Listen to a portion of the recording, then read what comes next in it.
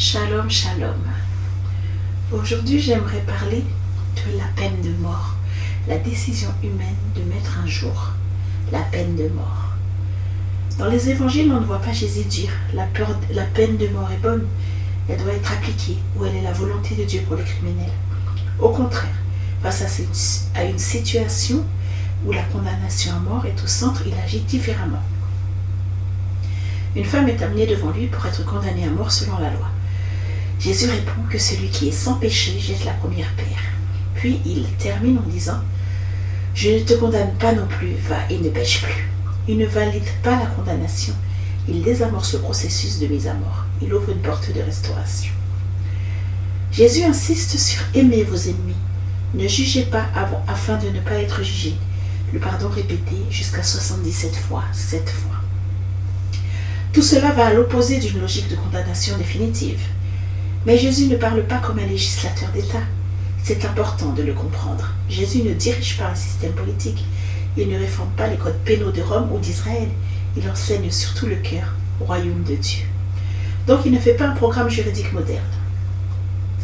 Les écrits des apôtres reconnaissent l'existence des autorités civiles, Romains 13, mais ils ne font pas de la peine de mort une valeur spirituelle. Ils mettent surtout l'accent sur la justice, plus responsabilité des gouvernements. Jésus ne soutient pas la peine de mort comme principe moral à défendre.